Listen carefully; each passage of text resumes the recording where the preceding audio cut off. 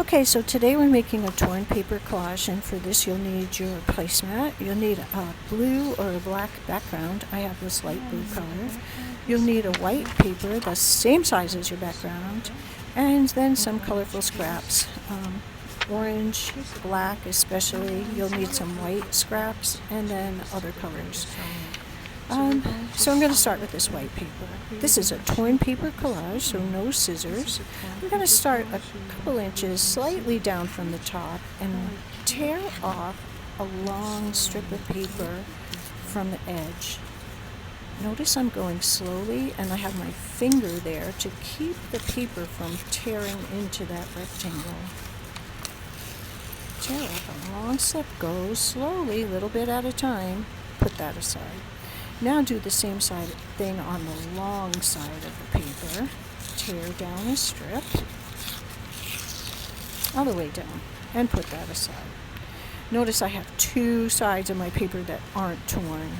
They are going to match up with the background paper. I'm just going to break off a little piece on the edge, so I have what looks like a hill of snow. And then notice how this hill of snow fits right back onto my background paper and lines up with the edges. Okay, I'm going to glue my paper. The most important place to put the glue is around the edges. You don't have to waste your glue stick in the middle of the paper. The edges are the most important place.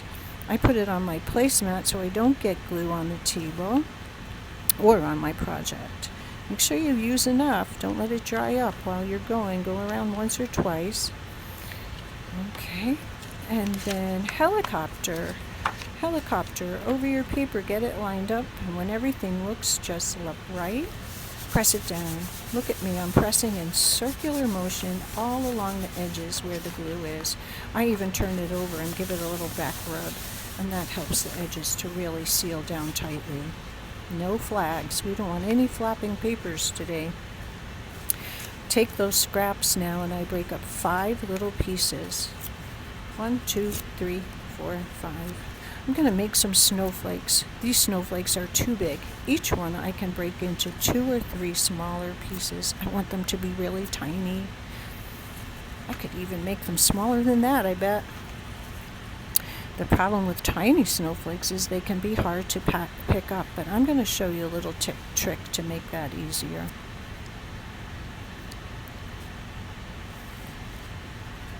Okay. So if you put a little bit of glue, just a touch of glue on the tip of your finger, and then touch your finger to the paper, you can pick them up so easily. See that? And then you can rub it on your glue stick and put it back down. I have a tiny bit of glue on my finger. It's so small. Use your other finger to get it off. There you go. And keep going until you have all your snowflakes glued. Okay, so this is a 2-day project. Once you have your snowflakes glued down, you could stop and take a break and put it aside for next week. Of course, I'm only doing this many snowflakes, but you're going to fill the whole thing. Okay, step 2. When you come back to your project next week, you're going to design an expression for your snowman. So I start by tearing off a strip and creating the eyes. What would you use outside to make eyes for your snowman? Maybe 2 stones or pieces of bark. What would you use to create the mouth? I would try to find some pebbles. I'm going to break some tiny little pieces for the mouth. What would you use to design the nose for your snowman? A carrot? What shape is a carrot? A triangle, right? So if you're trying to make a triangle, aim for the middle of the paper. Try out a few different expressions. How do you want your snowman to look? I want mine to be looking a little bit towards the side, so I'm going to move to the edges, but make sure you line that nose up in between the eyes. You can make your snowman happy or sad or mad or sleepy, any way you feel. I'm going to design some buttons and a scarf for my snowman too. Okay.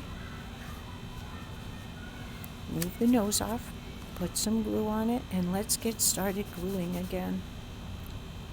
Remember, when you're finished designing your snowman, post it to the Seesaw page so we can see your work.